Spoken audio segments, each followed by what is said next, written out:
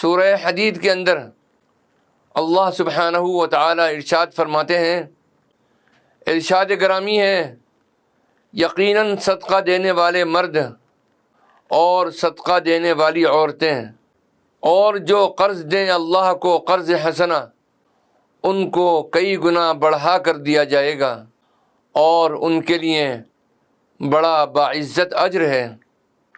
اور جو لوگ ایمان لائے اللہ پر اور اس کے رسولوں پر، وہی ہیں صدیق اور شہداء اپنے رب کے پاس۔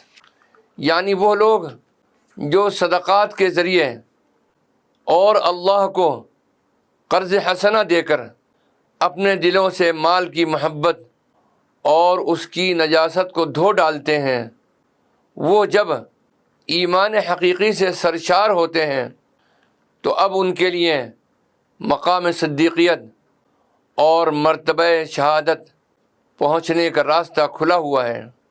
صدقہ و خیرات اور انفاق فی سبیل اللہ سے اگر دل کی گاڑی کا بریک کھل جائے اور یہ گاڑی ایمان حقیقی کے راستے پر رواں دواں ہو جائے تو پھر اہل ایمان میں سے ہر کوئی اپنی ہمت اور کوشش کے مطابق اس راستے کی منازل طے کرنے کے قابل ہو جائے گا۔ آیت میں نقشہ کھینچا گیا ہے کہ ایک بڑا حسرت کا وقت آئے گا جب انسان کف افسوس ملے گا، اے کاش میں اس مال کو اللہ کی راہ میں صدقہ کر سکتا۔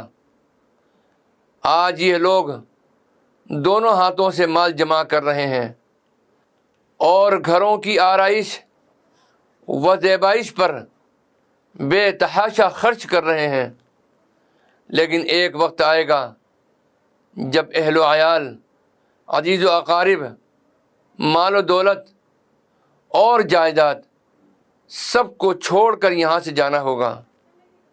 اس وقت انسان حسرت سے کہے گا کہ اے پروردگار، کیوں نہ تو نے مجھے ذرا اور مہلت دے دی؟ تو اگر ذرا اس وقت کو ٹال دے تو پھر میں یہ سب کچھ تیری راہ میں لوٹا دوں، سارا مال صدقہ کر دوں اور میں بالکل سچائی اور نیکوکاری کی راہ اختیار کر لوں۔ لیکن اس وقت اس حسرت کا کوئی نتیجہ برآمد نہیں ہوگا، اس لیے کہ اللہ کی یہ سنت ثابتہ ہے کہ جب کسی کا وقت معین آ جائے تو پھر اسے مؤخر نہیں کیا جاتا۔ تم خرچ کرو، میں تم پر خرچ کروں گا۔ عن ابی ہریرہ رضی اللہ تعالی عنہ ان رسول اللہ صلی اللہ علیہ وسلم قال قال اللہ انفق یا ابن آدم انفق علیک۔ یہ حدیث قدسی ہے۔ حضرت ابو ہریرہ رضی اللہ تعالی عنہ سے روایت ہے کہ رسول اللہ صلی اللہ تعالی علیہ وسلم نے فرمایا، اللہ تعالی ارشاد فرماتا ہے، اے ابن آدم خرچ کرو، میں تم پر خرچ کروں گا۔ اللہ تعالیٰ کا یہی طریقہ ہے، اور وہ فرماتا ہے فَاذْكُرُونِي أَذْكُرْكُمْ، سو تم مجھے یاد کرو، میں تمہیں یاد کروں گا۔ یہ سورہ بقرہ کی آیت 152 ہے، اور فرماتا ہے اللہ سبحانہ و تعالی وَأَوْفُوا بِعَهْدِي أُوفِ بِعَهْدِكُمْ، تم میرا عہد پورا کرو، میں تمہارا عہد پورا کروں گا۔ اور اللہ سبحانہ و تعالی فرماتے ہیں اجیب دعوت الداعی اذا دعان فلیستجیبوا لی، دعا کرنے والا جب دعا کرتا ہے تو میں اس کی دعا قبول کرتا ہوں۔ یہ سورہ بقرہ کی آیت 186 ہے۔ نیز حدیث مبارکہ میں ہے، حضرت اسماء رضی اللہ تعالی عنہا بیان کرتی ہیں کہ نبی کریم صلی اللہ تعالی علیہ وسلم نے مجھ سے فرمایا، تم گن گن کر نہ دو ورنہ اللہ تعالیٰ تم کو بھی گن گن کر دے گا۔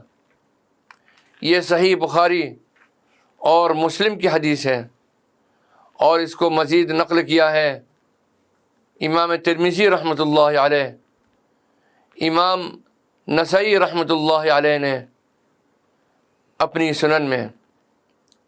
اسی طریقے سے اس حدیث میں بھی اللہ سبحانہ و تعالیٰ کا ارشاد ہے کہ ابن آدم تم خرچ کرو، میں تم پر خرچ کروں گا۔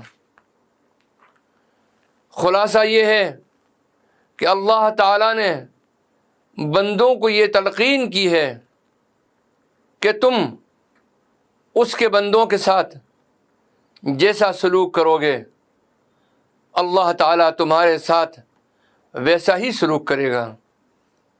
نیز اللہ تعالیٰ بندوں کو یاد کرتا ہے تو بندوں کو بھی چاہیے کہ وہ اس کو یاد کریں۔ اللہ تعالیٰ بندوں سے کیا ہوا وعدہ پورا فرماتا ہے تو بندوں کو بھی چاہیے کہ اس سے کیا ہوا وعدہ پورا کریں۔ نیز اللہ تعالیٰ بندوں کی دعاؤں کو قبول کرتا ہے تو بندوں کو بھی چاہیے کہ وہ اس کے احکام پر عمل کریں۔